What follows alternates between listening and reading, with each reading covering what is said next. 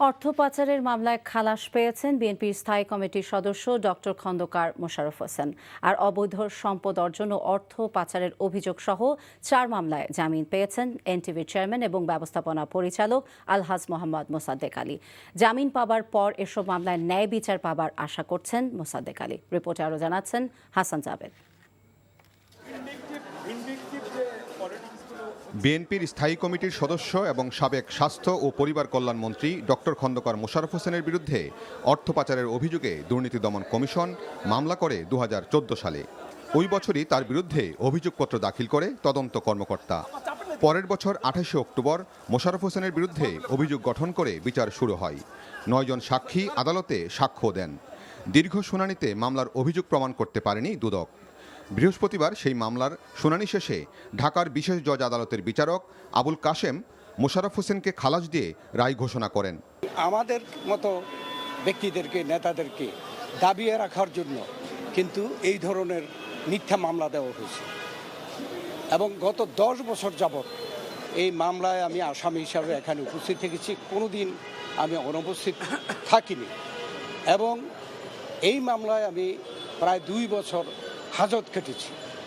অথচ মামলায় যে অভিযোগ আনা হয়েছে, একটি অভিযোগও যাদেরকে তারা সাক্ষী করেছে তারা কিন্তু এখানে প্রমাণ করতে পারেনি। এদিকে এনটিভির চেয়ারম্যান ও ব্যবস্থাপনা পরিচালক আলহাজ মোহাম্মদ মোসাদ্দেক আলীকে অবৈধ সম্পদ অর্জন ও অর্থ পাচারের অভিযোগ সহ 4 মামলায় জামিন দিয়েছে ঢাকার বিশেষ জজ আদালত। জামিন শুনানির সময় আলহাজ মোহাম্মদ মোসাদ্দেক আলী আদালতে উপস্থিত ছিলেন। 4টা মামলায় জনাব মোসাদ্দেক আলী আজকে সারেন্ডার করেছেন। সরকারের নির্যাতন জুলুমের কারণে তাকে দেশ থেকে চলে যেতে হয়েছিল, আর সে কারণেই তার 3 মামলায় যেটা জামিনে ছিল সেটা বাতিল হয়ে যায় এবং আরেকটা মামলা পরবর্তী সময় ইনিশিয়েট করে। দেশের বাইরে থাকার কারণে সেই মামলায় তিনি জামিন নিতে পারেননি।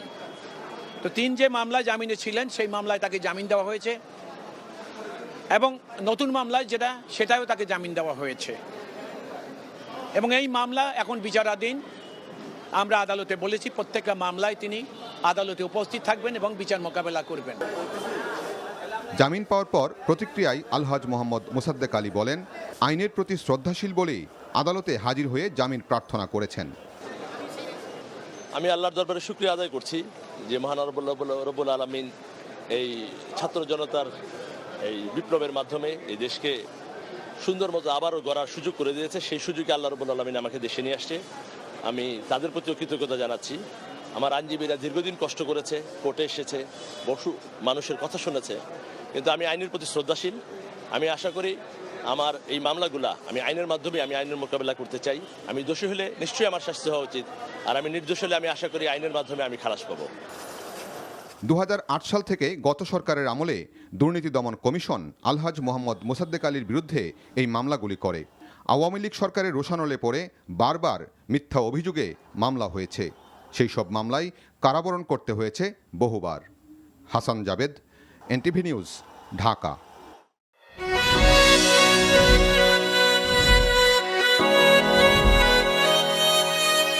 এই শুনছো, উঠো না। আমি বলবো একটু ঘুমাই। তোর বাইরে লেগে 1 কাপ চা বানাই দে। ভাইয়া, চায় কি চিনি বেশি দিব নাকি কম? 2 চামচ লবণ দিয়ে দে। চোখেতে হাত ছুঁয়ে আছে সাজানো পথ চলা, কথা বলা যেন শেষ না। আমি যে বিয়ে করছি, আমার যে বউটা নিয়ে একটু ঘোরা উচিত, কারো মাথায় আছে? যে থাকি পথে আসলে তুমি বুঝি রাঙা রথে বিভোর হয়ে থাকি প্রতিটি ক্ষণ। ডাক্তারের কাছে যাবো স্যার। আমার একটু নিয়ে চলেন না।